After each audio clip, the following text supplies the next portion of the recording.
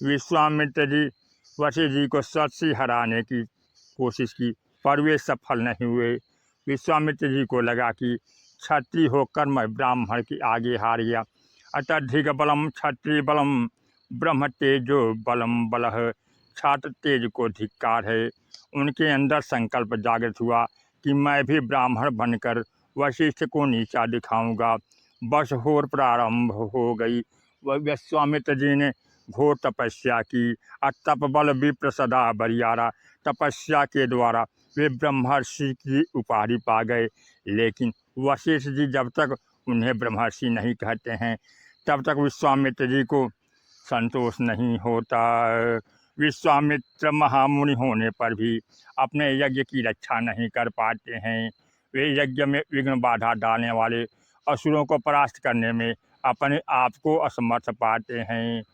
उनको चिंता हो जाती है कि इसका क्या उपाय है। विश्वामित्र महामुनि ज्ञानी, बसहें विपिन शुभ आश्रम जानी। विश्वामित्र जी महामुनि होने पर भी अपने यज्ञ की रक्षा नहीं कर पाते हैं।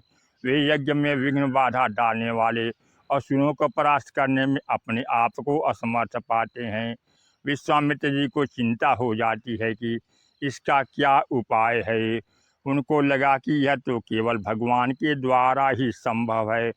फिर वे ध्यान करके देखते हैं। उन्हें ज्ञात होता है कि इस समय दशरथ के घर में भगवान का जन्म हो गया है। पहली बार विश्वामित्र जी को लगा कि मैंने लाखों वर्षों तक तपस्या इसलिए की कि मैं ब्रह्मर्षि कहलाऊं, पर भगवान राम ने तो क्षत्रिय के घर में जन्म ले लिया। यदि मैं जानता तो अपना समय व्यर्थ में ही क्यों नष्ट करता। विश्वामित्र जी को लगा कि क्या क्षत्रिय रह करके ईश्वर को नहीं पाया जा सकता, वैसे या शुद्ध होकर ईश्वर को नहीं पाया जा सकता है क्या। विश्वामित्र राजा गांधी के पुत्र हैं, पर वे यह नहीं चाहते थे कि उन्हें कोई गांधी पुत्र के नाम से संबोधित करे। वे चाहते थे कि सब उन्हें ब्रह्मर्षि कहकर संबोधित करें। पर गोस्वामी जी की तो अपनी एक विशेष साहित्यिक शैली है। विश्वामित्र महामुनि ज्ञानी, बसहें विपिन शुभ आश्रम जानी। जह जप जोग यज्ञ मुनि करहीं, अति मारीच सुबाहुं डरहीं। देखत यज्ञ निशाचर धावहीं, करहीं उपद्रव मुनि भय पावहीं। और तब गाधी तनय मन चिंता व्यापी। गाधी राजा के बेटे के मन में चिंता हुई। इस शब्द के पीछे गाधी तनय कहलाने में विश्वामित्र जी को संकोच था। अब इस संबोधन को सुनने पर यह सोचकर उन्हें आनंद की अनुभूति होती है कि क्षत्रिय जाति में श्री राम ने जन्म लिया है। इसकी पराकाष्ठा आगे चलकर तब हुई जब भगवान राम के विवाह के पश्चात सब लोग लौट कर आए। एक दिन सभा जुड़ी और उसमें वशिष्ठ जी कथा सुनाने लगे। पर आश्चर्य, आज वशिष्ठ जी कथा किसकी सुना रहे हैं। पहले तो वे अवतारों व महापुरुषों की कथा सुनाया करते थे, पर गोस्वामी जी कहते हैं कि आज तो मुनिमन अगम गाधी सुत करनी, मुदित वशिष्ठ विपुल विधि वरणी। वशिष्ठ जी गाधी सुत की महिमा का वर्णन करते हैं। श्री राम के दो गुरु हैं, पर भगवान राम के एक गुरु वशिष्ठ जी हैं तथा दूसरे गुरु विश्वामित्र हैं। वशिष्ठ जी में तो मात्सर्य का सर्वथा अभाव है। यह दिखाई भी देता है कि विश्वामित्र जी जब भगवान राम को लेने आए तो वशिष्ठ जी यह सोच सकते थे कि इतने दिनों तक मैंने राम को योग्य बनाया और आज ये ले जा रहे हैं, पर उन्होंने ऐसा नहीं सोचा। अपितु श्री राम को उनके साथ भेजने में सहयोग ही दिया। पर अब तो विश्वामित्र जी के जीवन में भी मात्सर्य पूरी तरह मिट चुका है। अतः जब वशिष्ठ जी ने प्रशंसा की तो उसे सुनकर सबसे अधिक आनंद किसे हुआ। गोस्वामी जी कहते हैं कि श्रोताओं में बैठे हुए दोनों भाई भगवान राम और लक्ष्मण इसे सुनकर राम लखन उर अधिक ऊँचाहूँ अत्यंत प्रसन्न हुए।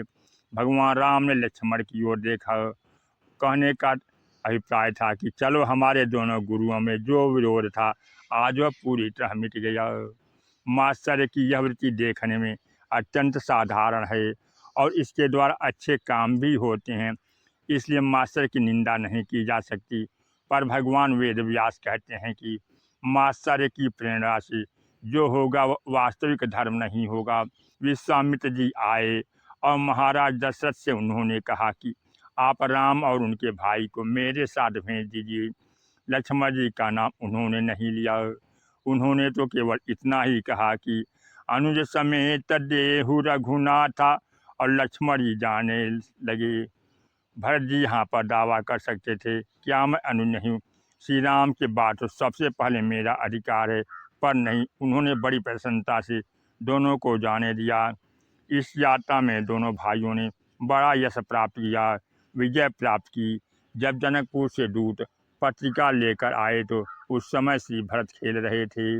उस स्वामी जी ने उस समय का चित्र करते हुए लिखा कि खेलत रहे तहाँ सुधि पाई, आए भरत सहित हित भाई।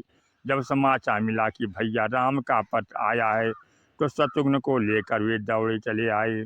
सभा में आकर हाथ जोड़कर पूछने लगे, पूछत अति स्नेह सकुचाई, तात कहाँ ते पाती आई।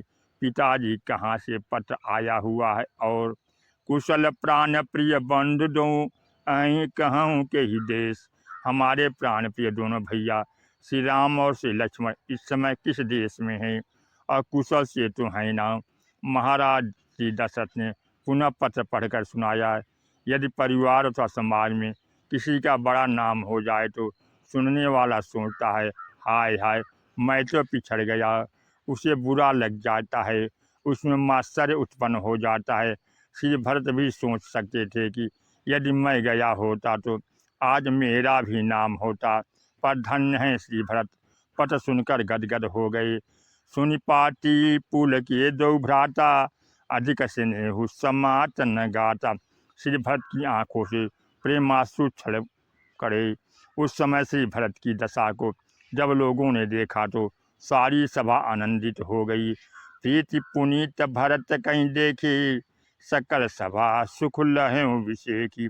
लोगों को लगा इतना अधिक अनुराग मानो श्री भरत को कभी ऐसा नहीं लगता कि मेरा नाम आगे आना चाहिए, मेरा जस फैलना चाहिए। श्री भरत अपने आप को समर्पित करते हैं, विलीन करते हैं। इस प्रकार व्यक्तित्व के निर्माण के द्वारा अच्छे कार्य होते हैं, समाज चलता है और चलता रहेगा।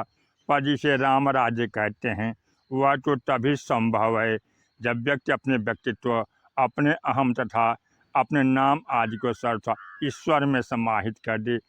श्री भरत राम के तद्रूप हैं, राम के समान उनका रूप है, श्री राम के समान उनका चिंतन है। अतः श्री राम के जो संकल्प हैं वे श्री भरत के जीवन में साकार रूप प्राप्त करते हैं। इस चिंतन में भले ही हम ईश्वर के विराट रूप का चिंतन करें, पर व्यवहार में उनके आदर्श रूप के निर्माण के लिए हमें श्री भरत की ही दृष्टि पानी होगी। और इस प्रकार जब श्री भरत की दृष्टि से समाज को देखा जाता है, समाज को संचालित किया जाता है, तभी सच्चा परिवर्तन होता है और राम राज्य की स्थापना होती है। इसलिए राम राज्य के निर्माण के लिए हमें भरत और भरत की दृष्टि की आवश्यकता है, उनके चिंतन और चरित्र की आवश्यकता है। रामचरितमित सागर था न पावई कोई, संतंग संग जो सुने तुम्हें सुनाओ सोई। सियावर रामचंद्र की जय।